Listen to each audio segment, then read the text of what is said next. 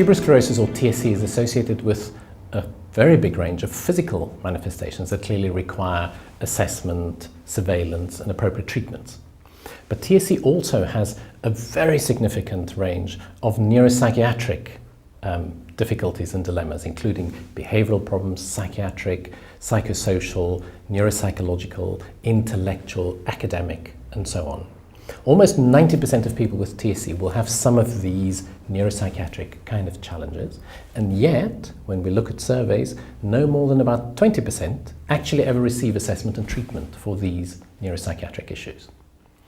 The International Consensus Panel, the Neuropsychiatry Panel of the International Consensus Conference, decided that we wanted to do something to A, reduce the confusion about terminologies used, and B, try to do something that will create more awareness of the need to assess and treat these difficulties. And so we've decided to coin the term TAND, and TAND stands for TSC-associated neuropsychiatric disorders.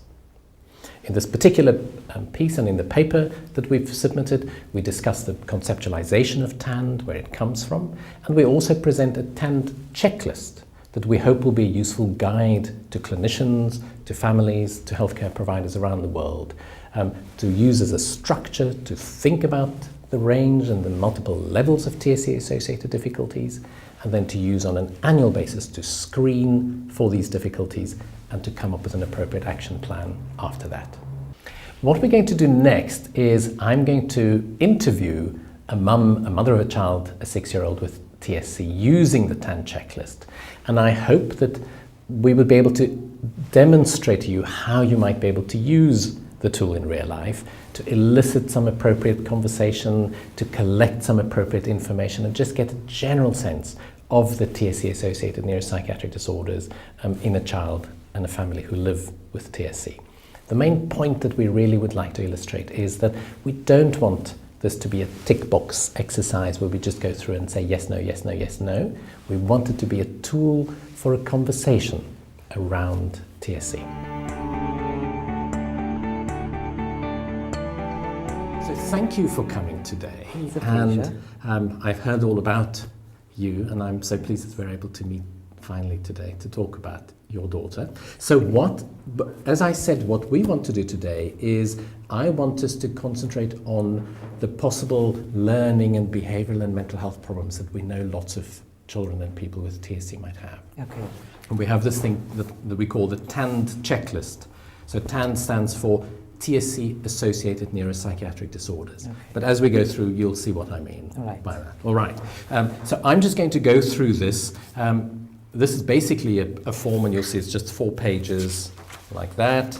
And some of the questions might be absolutely directly relevant to your daughter, and some of them might not be. So just answer as best as you can. Okay. Okay. And then right at the end, I'm going to check with you, are there particular things that I haven't covered that are also important or relevant for you? Okay. Right. Okay. So, but let me start with the most important thing. What's your daughter's name? Suchan.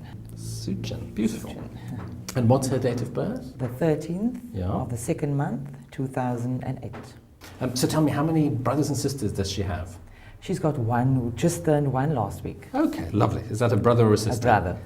Excellent. Right, so as I said, I'm going to start just by getting a general sense of her development, and then we'll go into behaviors and all sorts of things in more detail. So let me start. So let's start by just talking about her development to get a sense of where she's at. So how old was she when she first smiled? Do you remember? She was quite young. I think probably I would say 6 weeks was the smile at me. Yeah, the normal good. smile. When you were smiling at her, yes, a smile came back. Not giggling, but smiling. Smiling, excellent, great. And how old was she when she first sat without support? So that's without having cushions to kind of prop her up. Without cushion, she was quite a big baby, I think, and I found that she was a bit lazy with sitting. So I would say somewhere around, say, 5 months, 6 months. Okay. What about walking without holding on? Without holding on, she only started to really walk without holding on at about 1 year and 3 months. Okay. So then, just a bit about her language. How old was she when she first said little words other than mama and dada or baba? I think just over a year. We actually, after obviously discovering the TS, that we were actually counting those words quite seriously. And then the pediatrician actually mentioned that she's quite on par and actually developing very well with speech. Okay. So do you remember what that first word was? I can't remember the first word really. Okay. What kind of words did she say? She said quite simple words. I think it was very simple, like bottle, but not completely the like sound that it yeah. should be. Okay. I mean, the typical things that kids would do would be to say drink or yes, more. Or more. She would say more quite often. Okay. But it was quite often. You know, it wasn't in the sense that she would just say it. Okay. It was with meaning and at the right time as well. Okay, lovely.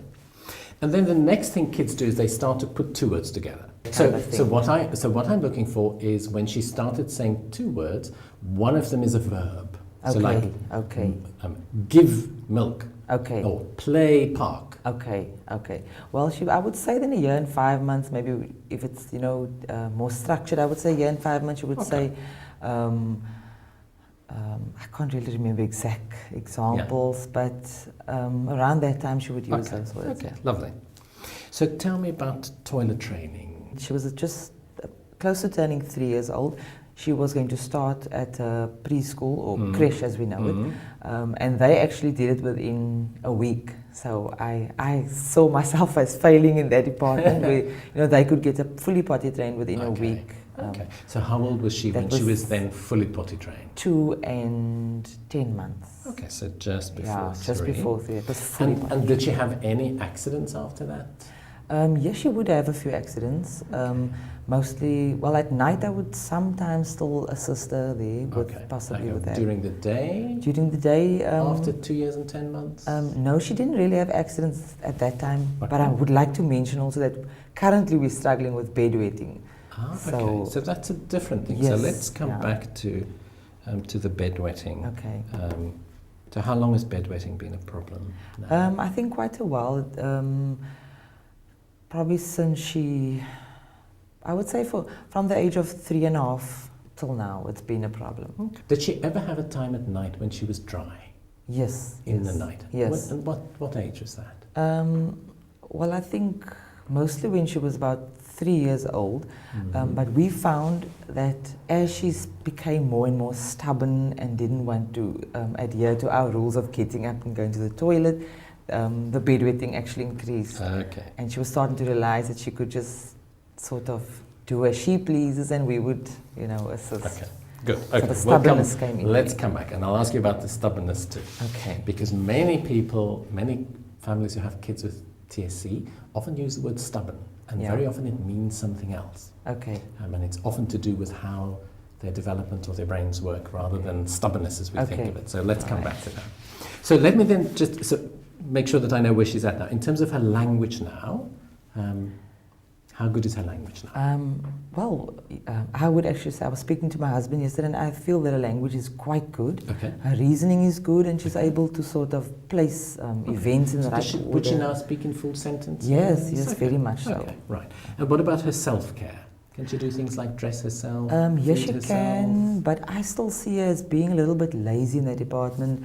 In the morning, for example, she would be a bit lazy and ask me to put her socks on, which she wouldn't really want to do it herself. So. Okay. And what about mobility?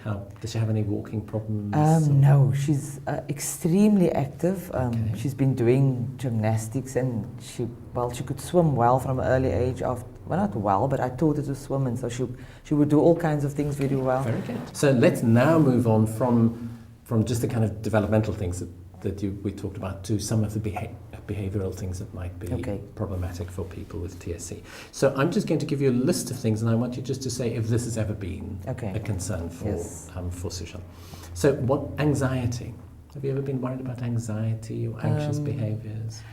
I think not anxious, but I don't know if it's the same, if I could say yes, but anxious when I can't get her point. What about depressed mood, sadness, tearfulness? Definitely not. I was watching her for that. Yeah. Okay. Extreme shyness? No. Okay. No. Mood swings from very happy to very sad and unpredictable? No, moods? Definitely not. But I can say that when she hasn't slept or she seems very tired at night, you can sort of see the getting a bit moody with us around and that kind of thing. Okay. Aggressive outbursts? No. When she was younger? When she was younger, no, definitely not. But there were tantrums, quite severe. So tell me about the tantrums. The tantrums, well, there's a long story with the tantrums because from 2 years old we've had very bad tantrums. Okay. What about self-injury, like biting herself, No. scratching herself, hitting her head, No, banging definitely her not. head? Okay. Have you ever been concerned about her language and her language development? No, because So from a young language, age, delayed language. no. It doesn't sound like it from what you've discussed. Definitely not. Does she ever, or did she ever have a time where she would repeat words over and over again, or use the same phrase over and over again? No. Okay. Has she ever had a time when she had poor eye contact? No. It was hard to get her to look at you or to catch her eye? No, never. Okay. No. Okay. What about difficulties getting on with other people of her own age? So with other kids of her? No, I think generally not. There would be the normal little conflicts, with doing something first, that type of thing. So toddler conflict, there would be quite a lot of that, but not so serious. Okay. Yeah. Okay. Or what about repetitive behaviors, doing the same thing over and over again, or insisting on doing things in particular ways or particular sequences? No. Okay. Has she ever had, or is she now very rigid in how she wants things done, or when she's doing something in a particular way and you're trying to get her to change it or do something differently? No, not at all. I've actually tried to see if she, if she's sort of rigid in that way, and no, definitely not, because I can even change her routine quite easily. Okay. Did she ever have a phase where she was very overactive, hyperactive, very much on the go, etc.? Yes, and I think the phase is still continuing. Okay, tell me a bit about that. Well, she's very active. We actually found that our home was even too small for her. She would be doing cartwheels all the time. She would be on the furniture. She would be jumping all around. Sometimes we couldn't really handle this type of, but we also found that when we're in someone else's home, that this won't be necessarily a problem. She would actually realize that this is not appropriate in someone else's home. What about at school? At school, I was quite worried because I was worried about things like ADHD and things like that. And the teacher, from the time that she started at the day or creche, play school from the age of 3, they actually mentioned that she was very calm and that they couldn't quite understand why we were having this hyperactive problems at home and sleeping late and that kind of things.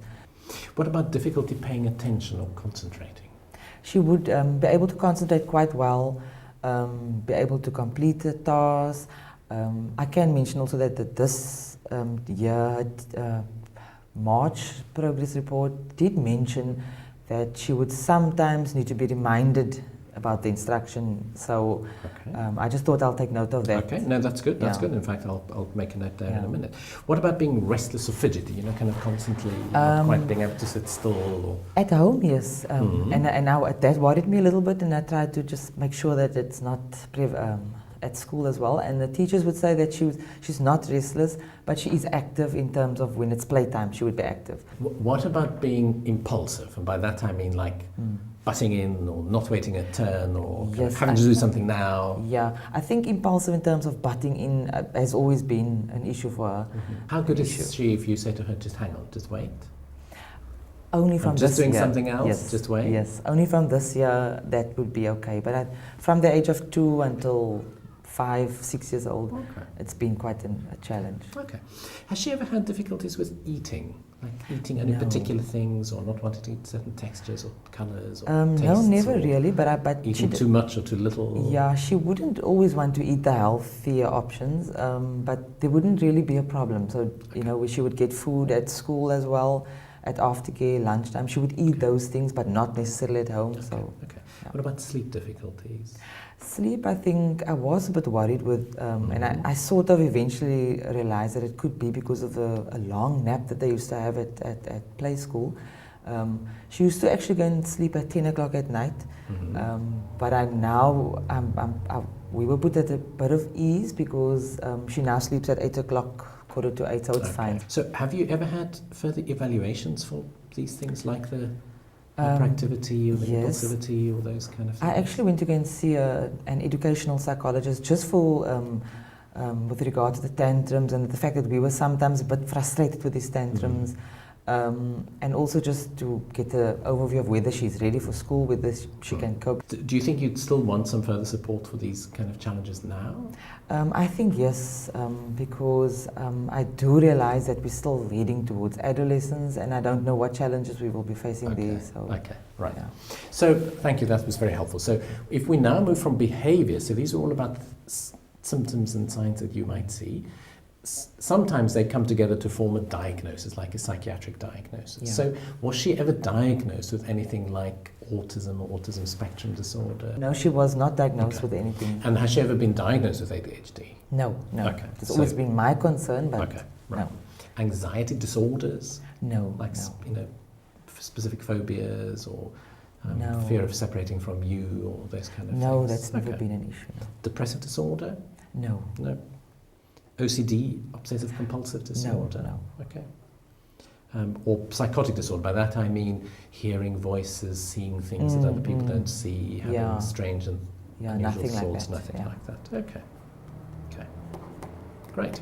So if we now move on to the next bit, about half of people with TSC will have significant difficulties in terms of their kind of overall intellectual development. So we might call it intellectual disability. Yes. Was this ever a worry for you, that she might have intellectual disability? Yes, well, it was a worry when we got the diagnosis. That was a very big worry. Yeah. Obviously, as the years went by and as we started to monitor very closely, we started to feel a little bit more at ease, but it's still a concern. Okay. Has she ever had any formal evaluation for her only IQ? with the, it's IQ type test that people would normally do. Well, only with the educational psychologist, but not in depth, because she will only be seeing her at the end of this year when she starts, because she's in grade R now, and then she'll start in grade 1 next year. So as far as you know, did anyone ever do an IQ type test, and they not gave an you IQ test, an IQ score or results or anything like that? No, definitely not, because we were told that she's too young. Okay. I had requested it about 2 years ago. And she's 6 now? She's 6, yes. Okay. So what is your view now of her intellectual ability? I would say that Suchin is quite well developed. Okay. Her speech is good, her reasoning is good. I was obviously worried about the maths and the ability to like a good teacher should. Yes. And then obviously after evaluating her myself, and not in a way that, expecting her to do big things, but I sort of feel she can cope. Okay.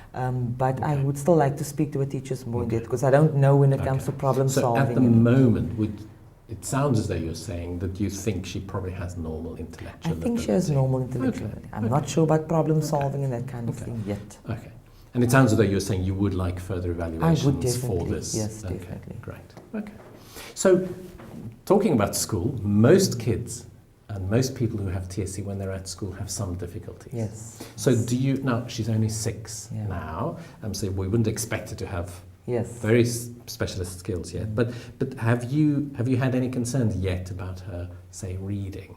Has she started to do some reading? Yes, well, they've started with basic. Now, it's difficult for me to really see whether their reading is good, because they're doing sight words. Sight words are just it's like whole word reading. Okay. But she actually grasped the phonics quite well, being able to know all the letters quite well, and writing all our family names, and asking me what letters next, and being able to write it. Okay. Writing, she started to write? Yes, how's that going? She's doing quite well, enjoying writing the words, very simple, mom, dad, cat, very simple words, and the names of the family and that kind of thing. Numbers, she's able to write my telephone number and that kind of thing. Very good, okay. And spelling, has she started to? Well, only, as I say, very like simple. Mum and cat yes, and dog. Very simple. They've been filling in the missing letter and that kind of thing. And sums, you're saying she's counting? Has she started to do any kind of little sums or maths? They're doing quite concrete sums in terms of, and she actually, I can hear that she's repeating what the teacher does, I've got so many, I take away so many, that kind of thing. And you mentioned that you saw an educational psychologist. Has she had any specific evaluations yet of her school skills, the academic skills? Not yet, because she will only be seeing us at the end of this year. Yes. Great. Okay. To see whether she's ready for grade 1. And has anyone ever wondered if she should have an individual educational plan? No. Different countries call it different things. Yeah, IEP, yeah. IEDP, Yes, et yes, cetera. I've heard that before, Yeah. but no, nobody's ever mentioned that. Okay.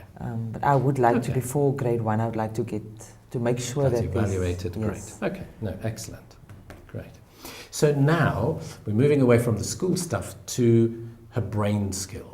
And we know that many people with TSC have specific problems. Even when the overall intellectual abilities are good, they might have specific difficulties in some aspects. Okay. So let me ask you about that. So have you ever been worried about her in terms of memory? So that's about remembering things, recalling things and so on. No, definitely not. She Not. definitely has a Great. good.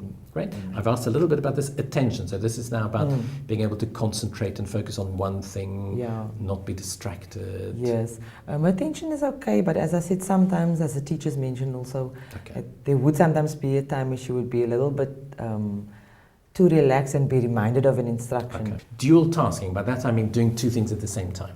Writing and listening, or Yeah. that kind of thing, for instance. She could do it, yes, not at a large scale, but she is able to sort of, if I'm speaking to her and she's able to draw what I'm saying, that kind of thing, Yeah. but on a very simple Okay. nature. Okay. Yeah.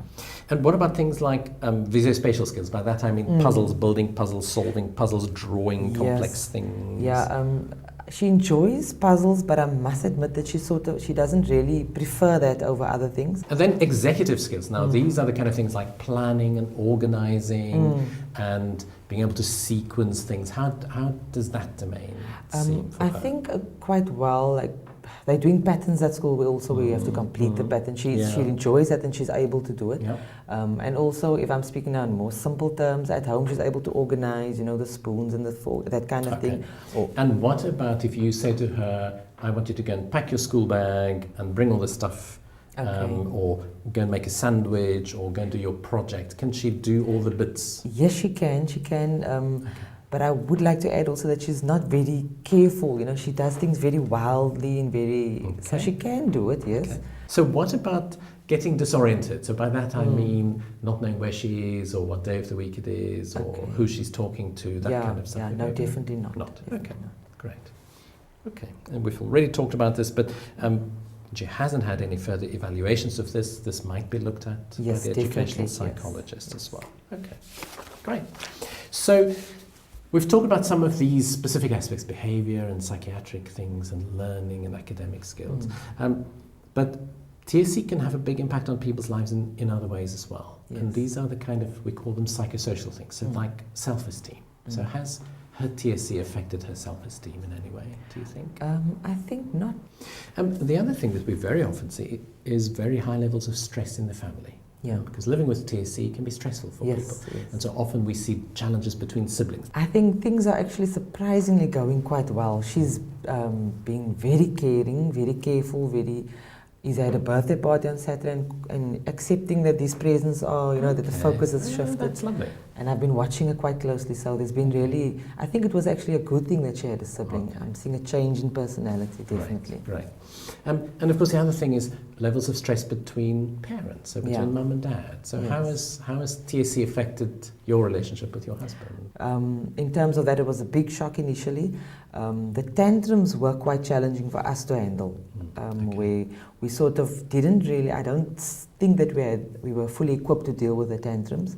But I think now, having looked back at the positives around Suchin's development has sort of made it okay. So, Okay, great. And have you ever, or did you ever seek support or help or counselling or advice or talk to people about the tensions or the tantrums or just the relationship issues? Never really. My husband has, at one stage, we actually spoke to his GP, who then just told him to go and see the psychologist, as when he mentioned about the type of approach that he's starting to develop with Suchin, where he would sort of lose patience a little bit with her and sort of like shout, and we would almost end up wanting to spank her, because we would be quite worked up about it. So he did go and see a psychologist twice, who sort of just went through some checklists and guidelines and that kind of thing. Okay. Yeah. And was that helpful? That was definitely helpful for him because he was able to then look at himself more